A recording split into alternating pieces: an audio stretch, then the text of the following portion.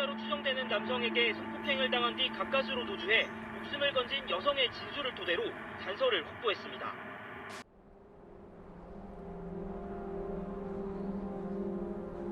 화성 연쇄 살인 사건은 1986년도부터 해서 1991년도까지 발생한 사건입니다. 빨간 옷 입은 사람만 그렇게 죽인다고 해가지고 굉장히 그 마누라들도 걱정이 되고 다 젊었기 때문에. 내가 이제 그 한복판에 그 시체들을 놓고 죽었던 자리를 내가 맨날 지나다니잖아요. 그래서 스타킹을 목에 뭐 이렇게 감아놨다던가 입에다가 있잖아요. 여러 가지 뭐 재갈을 물리는 것들을 뭐 속옷으로 물린다던가 이런 패턴들. 꽤 머리가 좋은 사이코패스일 가능성을 염두에 두었어야 했겠죠. 제가 제주도에 태어나가지고 나 태어난 것만 이렇게 알지 그 생활은 서울서 자라가지고 어머니 돌아가신 1년 다음에 겨울방학에 시골로 내려간 거예요. 그 지람은 상상이 되실 거예요, 감독님도. 그 시대에 보면은 뭐 우리가 하루에 한 끼 먹는 거 힘들었어요. 우리 어린 시절에는. 그러니까 배고픔이 서로 많았을까. 그러니까 그걸 보다 못하니까 농기구 사장이 와가지고 날 데려간 거예요. 근데 기술을 배우라 그래가지고 기술을 배우는데도 참 많이 맞았어요. 기술을 배운 자체도 하지만은 기술을 배우려고 참 노력을 많이 했어요. 그 당시 못 살라니까 또.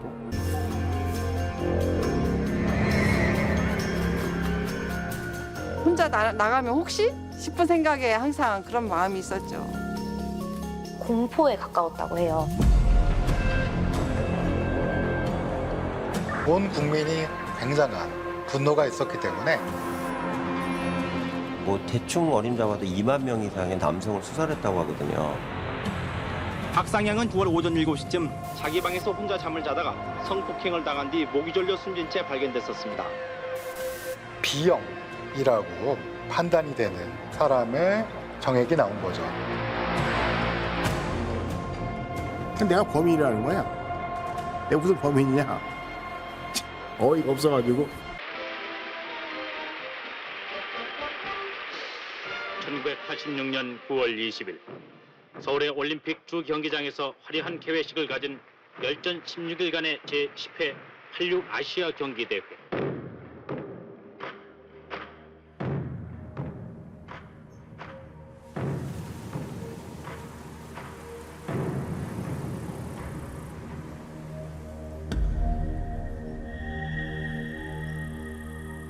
내가 가는 길에 그거는 농로가 많아요.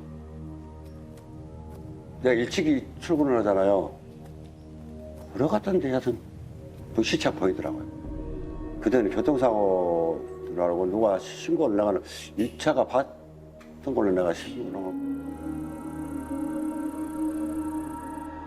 70대 할머니가 이제 여성이 피살당한 사건인데요. 아침에 배추밭에 배추를 따러 간다고 했던 사람이 실종이 됐고 며칠 뒤에 시신으로 발견된 사건입니다.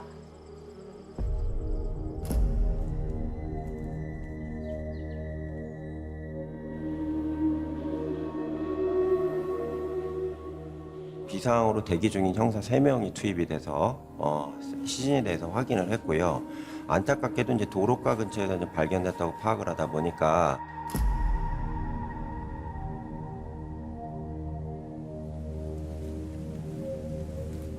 변사체가 발견된 상황 내에서 옷가지가 많이 엉망인 상황인데도 불구하고 혹시 이제 뺑선에 의한 사망이 아니냐, 즉 교통사고로 추정을 거의 단정을 한 것 같습니다.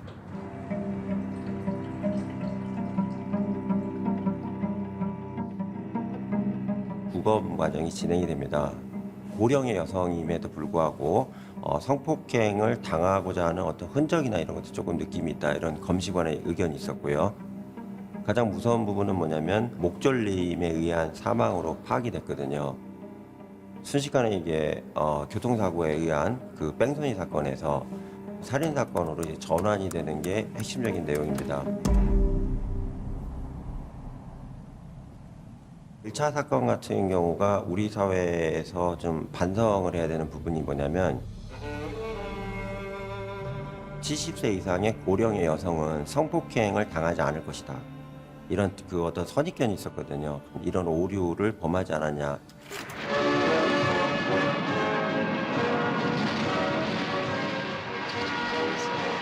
오늘 우리나라의 이 영광, 이 성스러운 축제를 있게 한 전두환 대통령. 온 관중들은 대통령 네 분을 환호로 맞이했습니다. 왜 경찰관, 형사가 3명밖에 투입이 안 됐냐.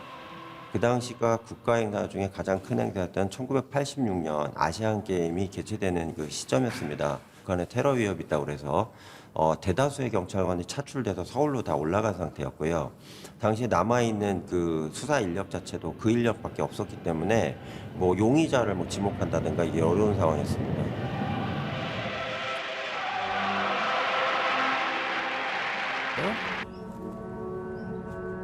조용한 동네였죠. 하여튼 내가 갔을 때는 조용한 동네고 거기도 시골이었었어요. 그 당시에는 산이고. 화성은 논과 밭과 산과 숲 같은 게 어우러진 그런 자연적인 상태, 개발이 안 된 상태이기 때문에 사람들이 많이 안 살잖아요. 집들도 드문드문 하나씩 있었고. 논두렁을 여성 혼자 걷는 일들은 그렇게 이상한 일은 아니었어요. 왜냐하면 이제 교통편이 뭐 차량이 많지 않고 교통편이 드문드문 있었기 때문에 뭐 버스 정류장에서 집에까지 걸어간다거나. 몽타주를 만든 겁니다. 그 다음에 머리가 스포츠형이며 눈이 매섭게 생겼다. 이게 가장 그 포인트로 나왔었거든요.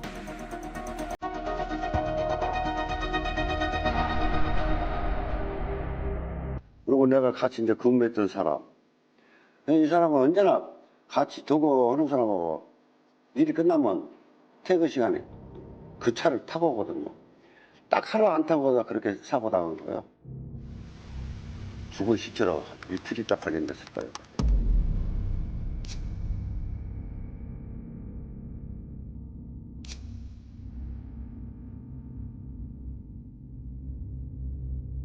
마찬가지로 피해자는 20대 여성이었고 비슷하게 입고 있던 블라우스로 손이 뒤에 묶여 있었고 스타킹이나 속옷 같은 것으로 입에 재갈처럼 얼굴에 씌워져 있었다고 합니다.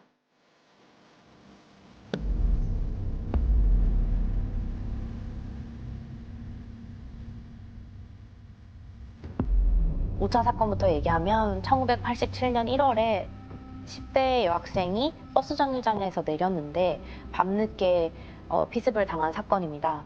그리고 나서 지금까지 특성과 비슷하게 입고 있던 옷이나 속옷들로 몸이 묶여있는 부분이 있었습니다. 종이가 찢겨져 있었고 그 안으로 고리를 풀고 누군가가 침입을 한 다음에 야, 이거는 너무 대담해진 거 아니냐. 이런 부분이 이제 수사관들 입장에서 당황스럽게 만든 부분이었다는 얘기죠. 특히 어린 친구가 말도 안 되게 사망한 사건이 되고 너무 잔혹했습니다. 현장 자체가. 그렇기 때문에 이건 반드시 잡아야 된다는 사회적 본분이 되게 셌고요. 이게 경찰한테도 막대한 압박으로 영향을 미친 건 사실이었다는 얘기입니다.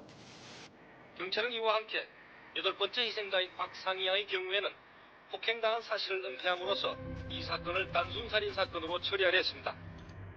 그런데 특히 이 사건이 유명해졌고 화성 지역에 있었던 사건이 그러다 보니까 온 국민이 굉장한 분노가 있었기 때문에 니네 도대체 못 잡고 뭐하냐. 지금 몇 년 동안 계속된 사건인데. 이와 같은 경찰의 수사 답보는 초동수사의 실패 등의 그 원인이 있습니다. 지난 86년 9월 이후 8명의 부녀자가 폭행당한 채 숨진 경기도 화성군 일대의 주민들은 들어만가는 피해에 대한 대책을 호소하고 있습니다. 그놈이 어떻게 죽였는가 한 번이라도 하면 물이라도 보고 내가 진짜 그놈이 사이에 그런 놈을 살려주면 안 된다고 생각해요. 법이 한국이라고 물러자고 생각해요. 그러니까 이런 일이 생긴다고 생각해요. 언론에서 일부 언론에서는 경찰이 그 사람이 유력하다는 뭐 제보를 받고 잡아갔다 이런 얘기가 나오는데 그 당시에 모든 언론사들이 다 와가지고 취재를 한 거죠. 경찰은 8번째 피의자 14살 양을 살해한 혐의로 화성군 태안면에 사는 22살 윤모 씨의 구속영장을 신청했습니다. 원래는 그 죽을 생각은 아니었습니다. 아니고 그 집에 담을 넣다 보니까요. 그 문구장이 하나 있더라고요. 그래서 그 집에 보니까 여자가 있길래 그냥